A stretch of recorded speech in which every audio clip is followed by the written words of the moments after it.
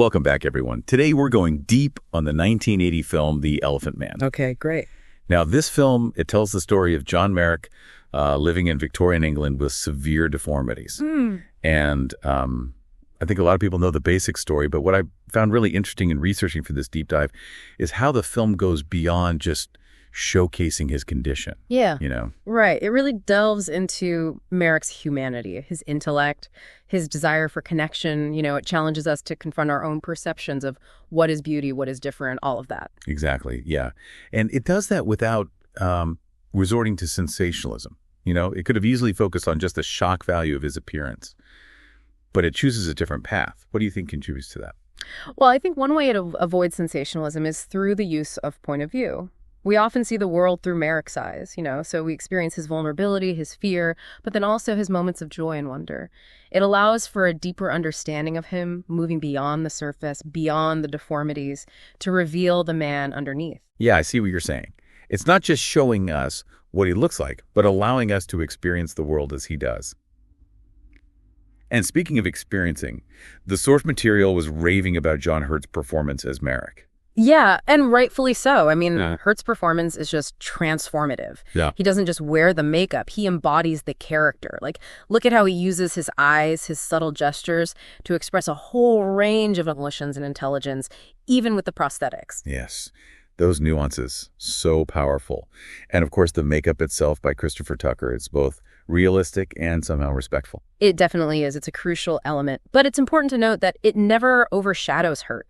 I think it's a testament to both the actor and the makeup artist that they were able to strike that balance. Now, the director, David Lynch, he's known for his, let's say, more surreal and sometimes unsettling films. But this one, The Elephant Man, feels different.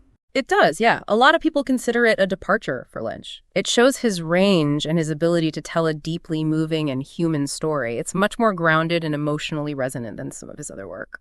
You know, earlier you mentioned that the film, it kind of forces us to confront our own perceptions of beauty and difference. Yeah. How do you think it accomplishes that? Well, one way it does this is by contrasting the elegance of Victorian high society with, well, the exploitative underbelly of freak shows. We see the hypocrisy and cruelty lurking beneath the surface of, you know, what was considered respectability back then.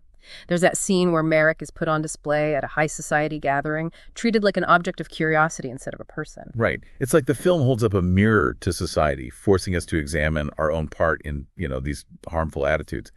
And the black and white cinematography by Freddie Francis, that seems to amplify that contrast. Yeah. Wouldn't you say? Oh, absolutely. The black and white creates this stark visual divide that highlights social inequalities and the way Merrick is seen and unseen by the world. I think the lack of color almost symbolizes how society strips him of his humanity, reducing him to just his appearance. Yeah, that's interesting how it's not just an aesthetic choice. It really ties into the film's themes. And then there's the music. John Morris, often described as understated but effective. Yeah. The score is subtle, but it's definitely powerful. It underscores the emotional weight of the story without being over the top. What's really interesting is how the sound design is used in those freak show scenes. It's chaotic, jarring, creates a sense of unease, highlights how dehumanizing those environments were. It's like the sound is immersing us in that world, letting us experience the sensory overload, feeling overwhelmed the way Merrick might have felt. Exactly. And then, you know, you get these moments of quiet reflection, the sound drops away completely, and we can absorb the emotional weight of everything we've just seen. Speaking of reflection, the film really spends a good amount of time exploring Dr. Treves, the doctor who takes Merrick in. It's this exploration of compassion, but it also makes you wonder if his actions are, well, entirely altruistic. Right. It does raise that question. Dr. Treves is a complex character for sure. He definitely shows compassion towards Merrick, but there are times when his actions, they seem driven by, you know, maybe a desire for recognition or even professional advancement. It's like Dr. Treves, he's a stand-in for the audience, in a way. We're drawn to Merrick's story, but are we also exploiting him in the process of watching it? That's a question the film seems to be asking, I think. That's a really good point. And it's something that makes the film even more relevant today. I mean, in our world of, you know, social media and reality TV, where it's hard to tell where entertainment ends and exploitation begins, that question of our own complicity as viewers, yeah, it's even more important. Absolutely. And that leads us to another fascinating character, Mrs. Kendall. She forms this unique bond with Merrick. Oh, yes, Mrs. Kendall. Her relationship with Merrick, I think it's key to understanding what the film is saying about true compassion. She goes beyond just caring for his physical needs. She sees him as an individual. She recognizes his intellect and his desire to connect. And she challenges those societal norms. She treats him with dignity and respect, something that's pretty rare for him. Exactly. And their scenes together, oh, they're incredibly moving. In those interactions, you see Merrick truly blossom, shedding the label of monster and revealing this gentle, sensitive soul within. It shows the power of human connection, especially for someone like Merrick, who's been so marginalized, pushed aside by society. And it really raises the question, what is true compassion? Is it enough to just provide for someone's basic needs? Or does it go deeper? Does it require seeing the person, beyond what they look like and recognizing their inherent worth as a human being? It's interesting you bring up true compassion because I was thinking about the pacing of the film. Some people say it's slow, maybe even a bit too deliberate for how we watch movies today. Yeah. But I wonder if that slower pace, it's actually crucial for building empathy and understanding. Yeah, like it lets us really sit with the discomfort, the emotional nuances. That's a really good point. You're not rushed through it. You have the space to think about it. Right. To connect with Merrick on a deeper level. Exactly. It's like it's asking us to slow down, to step out of our, fast-paced world and really see a person. Yeah. And in doing that, it challenges us to think about our own capacity for compassion. Absolutely. I think that's something that's often missing today, isn't it? Everything's instant. Attention spans are so short. But this film, it invites us to just be, to observe, to listen. Yes. And we discover so much more that way. Sure. It's not just about entertainment. We're forced to confront our own prejudices, our fears. It's about our own humanity. Exactly. I think that's why this film has resonated with people for so long, for decades. It gets at something fundamental about us, Our need to connect, fear of the unknown, and how we can be so cruel, but also so compassionate. One scene that I keep thinking about, it's when Merrick goes to the theater. Oh, yeah. It's pure joy and wonder. We see a side of him that's, new. What did you make of that? It's such a powerful scene, you're right. Even in the darkest of times, even facing unimaginable things, there's still that capacity for joy, for wonder, for beauty. It shows the power of art, too. He's transported to this world where he's accepted, celebrated, not judged. Right. And it reminds us that we can all experience that, that joy, that connection. It goes beyond our limitations, beyond society, even language. Yeah, I agree. The more we talk about this film, the more there is to uncover. One thing that I wanted to touch on is, the use of light and shadow. It's more than just atmosphere, right? It feels symbolic. Oh, for sure. Light and shadow, they're a key part of how the film looks. Yeah. Light represents things like knowledge, understanding, and compassion. Okay, I see that. You see it when Merrick is bathed in that soft light. It's his growing sense of self-worth, acceptance. Interesting. And what about the shadows then? The shadows, they're more like ignorance, fear, prejudice.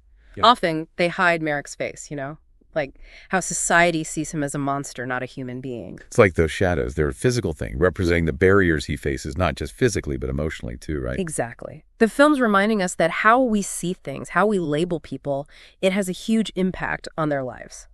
We've talked about how this film, it still resonates today. Yeah. So what do you think the core message of The Elephant Man is? Why does it last?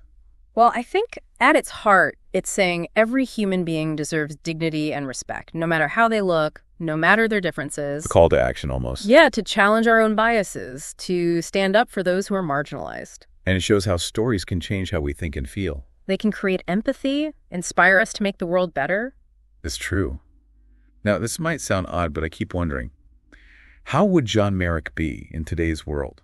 Imagine him now in this society obsessed with image, social media, all these unrealistic beauty standards. Wow. That's a really interesting question. I don't know how he would fare, but it wouldn't be easy. Because we still struggle with prejudice. Right. The pressure to conform. Mm-hmm. And with social media, it's even more intense. Appearances are everything. Yeah.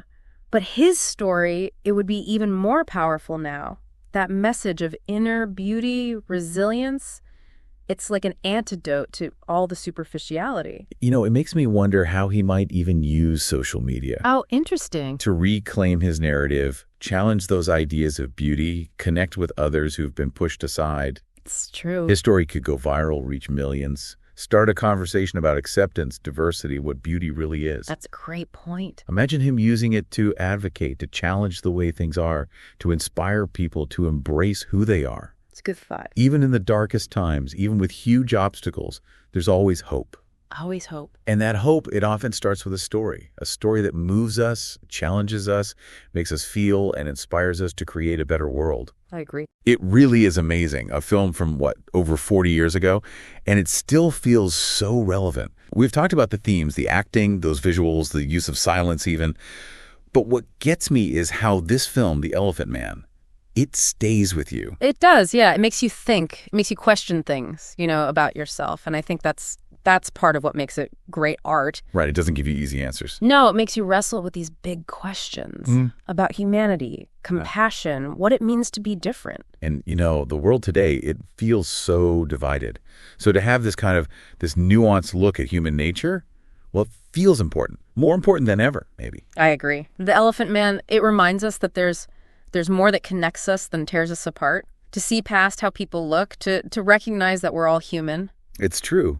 And, talking about this film, it's made me think a lot about empathy. This idea of stepping into someone else's shoes, seeing the world how they see it. Yeah. The Elephant Man, it's like a lesson in empathy. It makes you connect with John Merrick, doesn't it? It does. It's not just watching his story. You're brought into it. You feel his pain, his fear, but also his joy, his little victories, his desire for connection. And through that connection, we start to understand the real impact of prejudice, how important it is to treat each other with dignity. Exactly. Empathy, that's how we break down the walls between us. And The Elephant Man is such a strong reminder of that. So we're wrapping up our deep dive here. What really resonated with you? What's the biggest thing you take away from all this? I think for me, it's that human connection, how powerful it is. Merrick faced so many challenges, so much cruelty, but he never lost his ability to love, to be kind, to have friends. And those connections, they're what saved him, really. That's beautiful. And it's something we can all remember. The world can feel so lonely sometimes. But those connections, those acts of kindness, they matter. They make all the difference. They do. And you never know where they'll come from. A smile, listening to someone, seeing past what's on the outside. We all have the power to impact each other's lives. So, to everyone listening, we'll leave you with this. How can you bring more empathy into your own life? How can you connect with people who are different, challenge your own biases, help build a world where everyone feels like they belong? Those are good questions to think about. As you think about The Elephant Man and John Merrick, think about the beauty of diversity. Celebrate what makes us human. Make the world a little kinder, a little more understanding, one step at a time.